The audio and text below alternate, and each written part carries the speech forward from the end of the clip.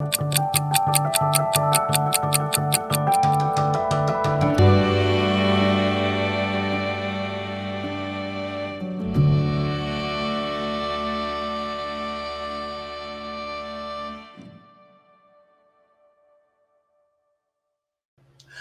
a todos, estamos aqui no nosso sexto episódio e estamos indo já para o fim dessa maratona que nós estamos fazendo aqui, olhando a história de Jesus. E no último episódio, né, Rony, o que nós vimos? Nós vimos a oposição dos líderes e religiosos em relação ao ministério de Jesus. E essa oposição nós vimos que tem um porquê. Basicamente, Jesus ele fala coisas que não foram muito agradáveis aos ouvidos daqueles caras, não. Pois é. Mas, apesar disso, o povo continua seguindo Jesus, porque o povo continua interessado nos seus milagres. E é interessante ver como que ocorre essa interação entre Jesus e o povo. O povo, algumas vezes, Rony, inclusive, eles tiveram esse desejo, né, de coroar Jesus, de proclamá-lo rei, já muito antes da parte final da vida dele, ou seja, quando Jesus estava operando os milagres lá na Galileia, tem uma tentativa de coroação, ou seja, diz que o povo, né, estava todo lá alegre, feliz e eufórico com os milagres de Jesus, e eles tentam pegá-lo para coroá-lo rei.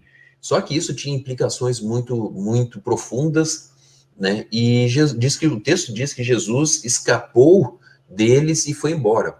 Eu te pergunto, Ana, por que Jesus não quis ser coroado rei se ele era para ser rei? Se ele era filho de Davi, ele se proclamava filho de Davi, né? O Messias, etc. Por que ele foge, então? Bom, vamos falar que ele não só se proclamava, como ele era da linhagem real. Exato, ok. Ele tinha esse direito, né? Se você olhar a genealogia dele, você vai ver que tem a genealogia dele em Mateus e em Lucas. Você vai descobrir que Jesus ele é de duas linhagens, a linhagem de Davi e a linhagem de Arão.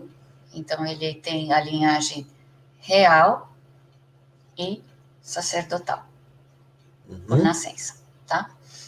Além disso, tudo aquilo que ele estava fazendo já deixava o povo animado, né? Porque se eles tivessem um rei de novo, eles teriam, então, agora uma forma de lutar contra Roma e se ver livre daquele domínio. Porque uma das coisas que mais oprimiam o povo era a questão dos impostos.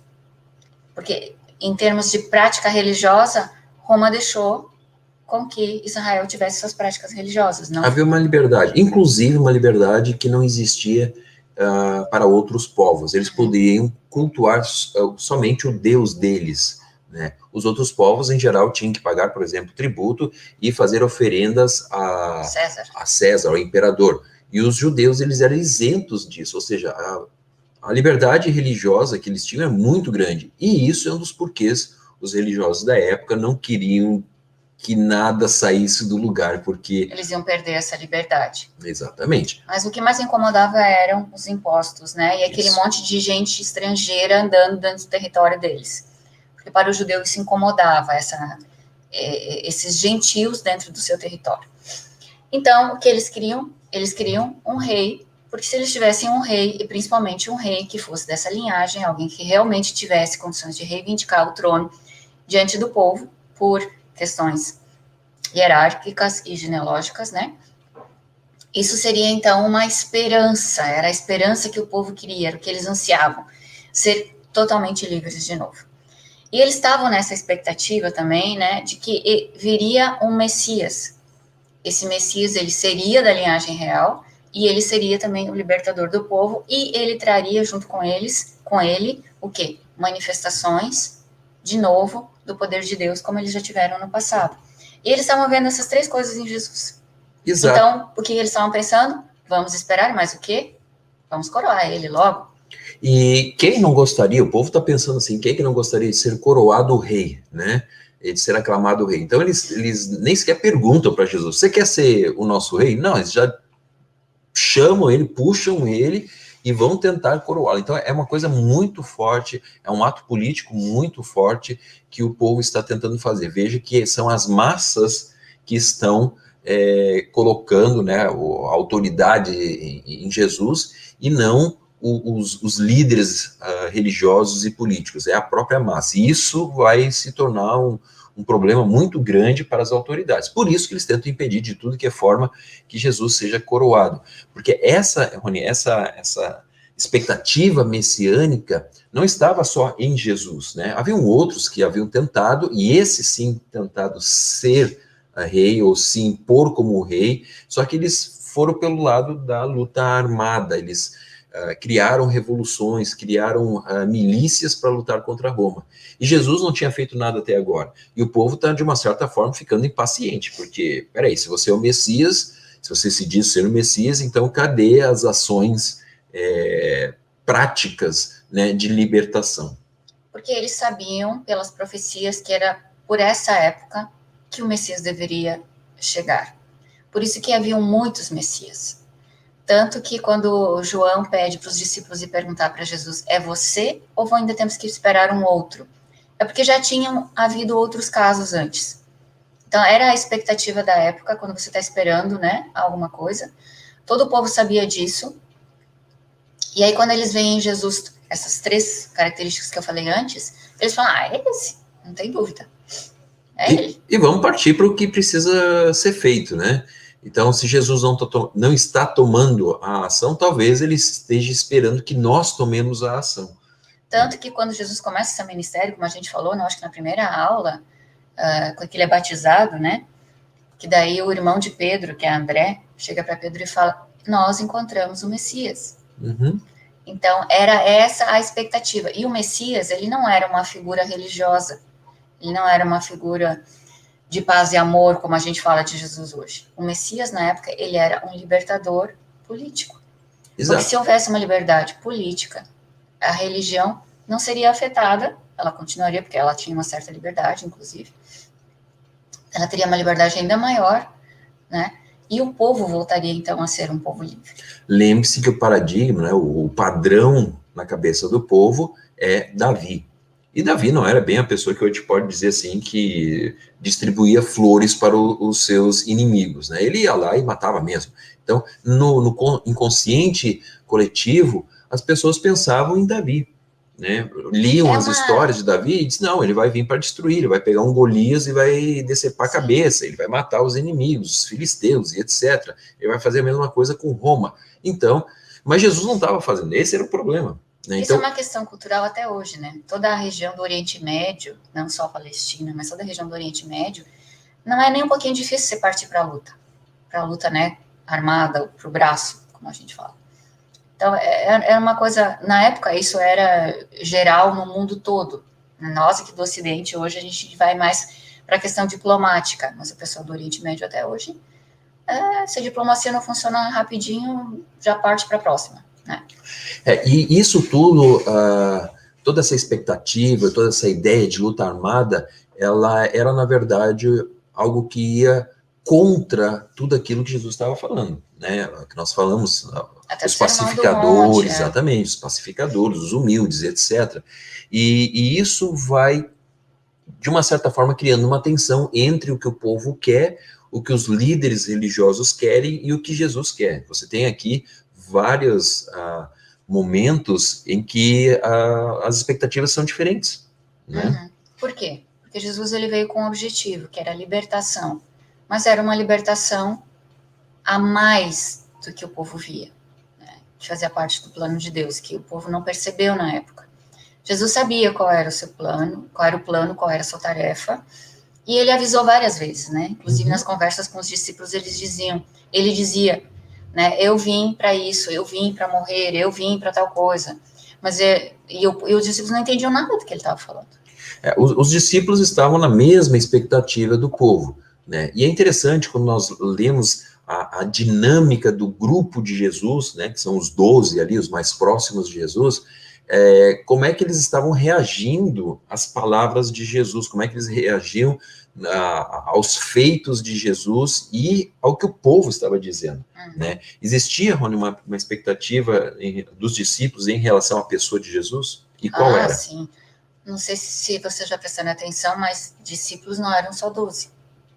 São os apóstolos. São muitos, são muitos. 12 era o círculo mais íntimo, né? Mas, inclusive, tem uma vez que Jesus manda 70 dos seus discípulos de 2 em 2. Então, discípulos eram seguidores, Jesus tinha muitos. 12 eram aqueles que eram os mais próximos. Mas esses 12 que eram os mais próximos, que deveriam ser os mais bem informados, os que estavam mais por dentro de toda a situação e tal, até eles não estavam entendendo direito. Tem um momento, Rony, que Jesus conta uma parábola e ninguém entende nada. Eu acho que o Pedro chega para Jesus e diz, explica isso aí melhor, acho que é do semeador, se não me engano. Do semeador. Né? E ele diz assim, ó, ao povo eu falo em parábolas, mas para vocês eu vou dizer o que significa. Ou seja, Jesus, ele tinha uma relação muito mais aberta e próxima com aqueles 12 que estavam ali. Mas mesmo eles não entenderam nada. Não, porque todos estavam na expectativa comum da nação. Isso é interessante, né, Rony, que às vezes a verdade não é suficiente, parece que a verdade ela não é total. O que importa para as pessoas, muitas das vezes, é o que o outro acha, é o que eu quero, o que os outros querem, e não a própria verdade em si, porque a verdade era que Jesus tinha um outro plano. O que os discípulos estavam vendo e a multidão estava vendo é o que eles queriam. Então, as duas coisas se tornam incompatíveis. E isso é o que acontece muitas vezes na nossa vida, né? Os nossos planos não são os planos de Deus e etc. São as pressões da sociedade que moldam os nossos ideais. No caso aqui, foi exatamente isso. E aí, quais eram as expectativas que os discípulos tinham sobre Jesus? Por que eles estavam seguindo Jesus? Quando Jesus chama eles, olha, a primeira coisa que nós vimos lá atrás, quando chamou Mateus, Levi, enfim, Pedro, João, etc., a expectativa deles era de que eles estavam seguindo um mestre. Primeira coisa, eles estavam seguindo um mestre. Depois, eles compreenderam que ele era um líder, no sentido de um líder não apenas religioso, um rabi, né, um mestre, mas também de um líder político. E essa expectativa vai crescendo porque o mestre chamou eles, ou seja, eles são escolhidos pelo principal. E essa expectativa vai crescendo, porque cada um tem algo no seu coração. E você tenta imaginar se você fosse chamado por Jesus, né, fosse chamado por um grande líder, para o seu gabinete lá, né, um grande líder político, e ele dissesse, olha, eu quero que você venha comigo, porque eu quero te ensinar algumas coisas, eu quero que você ande, esteja comigo e etc. Qual a expectativa que já cria? De que vai ter alguma recompensa, algum privilégio que eu vou ter junto com aquele líder. E se eles estavam pensando em Jesus como um líder político, que era o que todo mundo esperava, então não é difícil de imaginar que na cabeça dos discípulos havia a ideia de poder. Mas eles já tinham experimentado um pouco desse poder, né? Porque quando Jesus os envia de 2 em 2, Jesus já diz para eles, vocês terão autoridade, né, para curar, para expulsar demônios. Então já havia isso. E aí, durante todo esse tempo que eles acompanharam Jesus no ministério, pode ver que eles também batizaram, que eles também expulsaram demônios, que tanto que é mencionado que uma vez eles não conseguem, Jesus tem que aparecer, ou seja, então eles já tinham esse poder. Então havia já um gostinho por um poder, inclusive, diferente dos demais. Mas não era só isso. Quem é que se contenta só com isso? Quem é que se contenta de ter poder sobre os demônios, por exemplo, se pode ter sobre os demônios e sobre as pessoas? Que é o que os discípulos estão pleiteando algumas vezes com Jesus. Se vocês lembram, tem um momento em Jesus, ele está conversando com os discípulos, ele pergunta, o que vocês estão conversando? Né? E a conversa deles era de qual seria o maior no reino de Jesus, ou seja, não é maior no sentido espiritual, Rony, não é maior no sentido de, puxa, eu tenho poder mais do que você, consigo curar. A grande questão da briga entre eles era quem seria o maior no reino, ou seja, quem ia pegar o melhor ministério no reino de Jesus. Então, eu quero ser o ministro do quê? Eu quero ser o ministro das finanças, eu quero ser o ministro do exterior, eu quero ser o ministro do Banco Central, sei lá, alguma coisa nesse sentido. Eles estão pleiteando cargos. Ministro do Banco Central. Não sei, enfim, não tem. Presidente do Banco Central, não é preguiça. Presidente do Banco Central. Obrigado. E tem um outro caso de uma mãe que, inclusive, chega para Jesus e tem uma conversa de canto no corredor com Jesus. Que conta aí a situação. É a mãe de João, né? Ela chega assim e fala, eu queria saber se o senhor pode botar uma à direita e outra à esquerda dos meus 2 filhos. Os meus 2 filhos aqui são teus discípulos, eles são fiéis, eles te adoram. Então, desde o começo com você, na prática, então, o que é colocar uma à direita e a outra à esquerda? A direita e a esquerda do quê, Rony? E qual simbologia que tem atrás disso? Então, isso é uma questão de posição, como é que fala? De rei, né? Quem senta à direita é o braço direito do rei. Ou seja, depois do rei é ele. Quem senta à esquerda é o que vem depois do braço direito, que é o braço esquerdo. Né?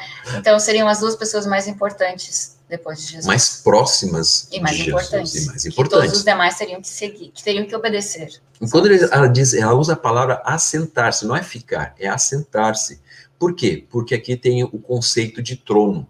Então, tem um trono no meio, o ponto máximo do poder, e o que está perto do trono também tem poder. Ou seja, eles estão assentados em posições muito privilegiadas socialmente. Então, nesse sentido, nós vemos que não somente alguns discípulos, mas todos estavam ali praticamente lutando entre si, entre aspas, né, no sentido ali social, lutando entre si para ter o melhor lugar. E Jesus, uma hora, ele não aguenta mais essa brigaiada entre eles, e ele diz, eu quero ensinar uma coisa para vocês. E aí tem a famosa história que ele chama uma criança e diz, né, que quem não for com uma criança tem que ser humilde como uma criança para estar no reino dele. Ou seja, Jesus está ensinando que o reino de Deus, ele é diferente do nosso conceito de reino aqui. Ele está dizendo que no reino de Deus, posições, tarefas, poder, autoridade, ela tem um conceito diferente. Exatamente.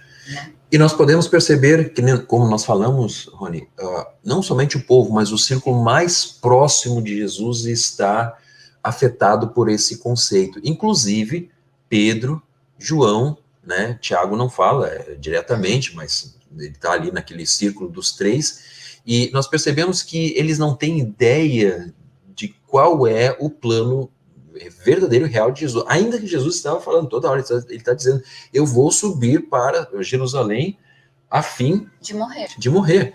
E os discípulos estão ali do tipo... Eu acho que os discípulos estavam pensando assim, se ele está falando isso, é porque quando ele chegar em Jerusalém, ele vai mobilizar uma revolta, e pode ser que ele morra nessa revolta. Que eu estou disposto a fazer isso, estou disposto a morrer nessa revolta pela libertação, né, do meu povo.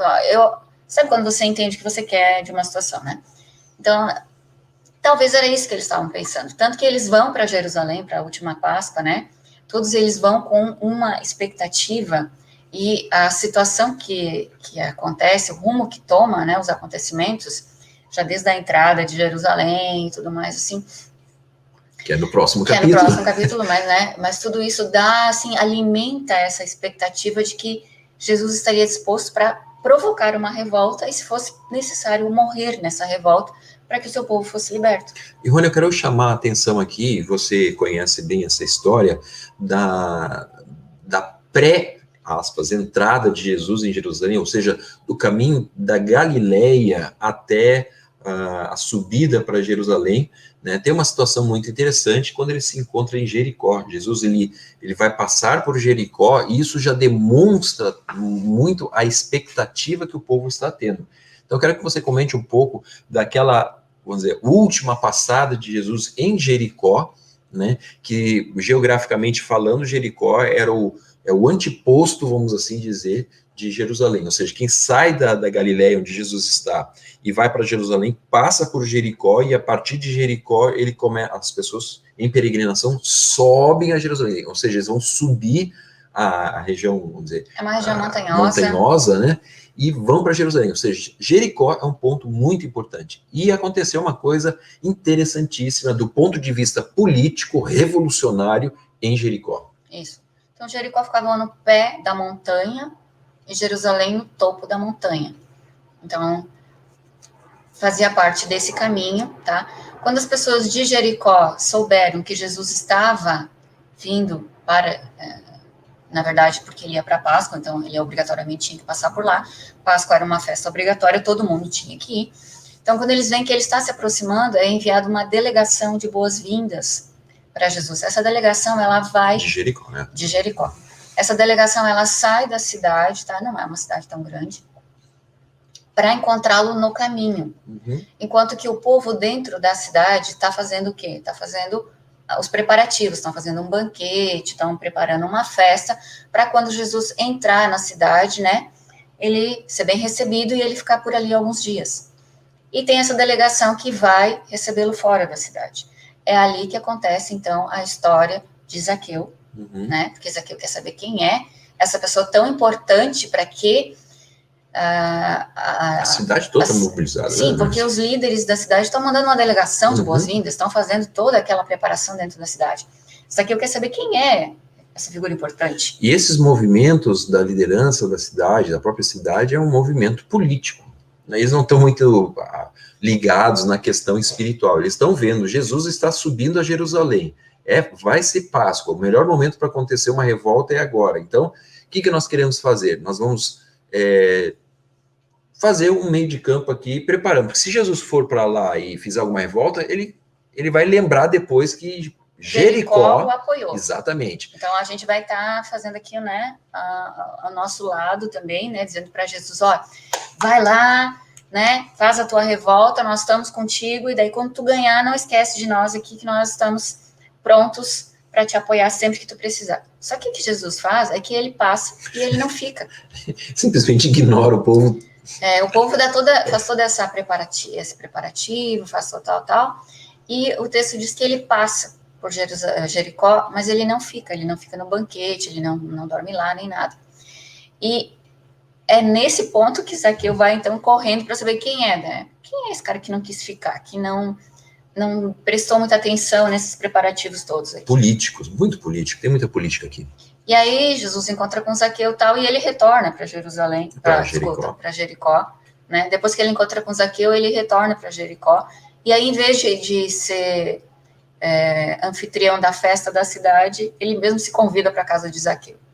Então, a história, ela muda um pouco ali, do tipo, Jesus falou, tô entendendo, vocês estão querendo fazer uma média aqui comigo, mas... Não é esse o meu objetivo.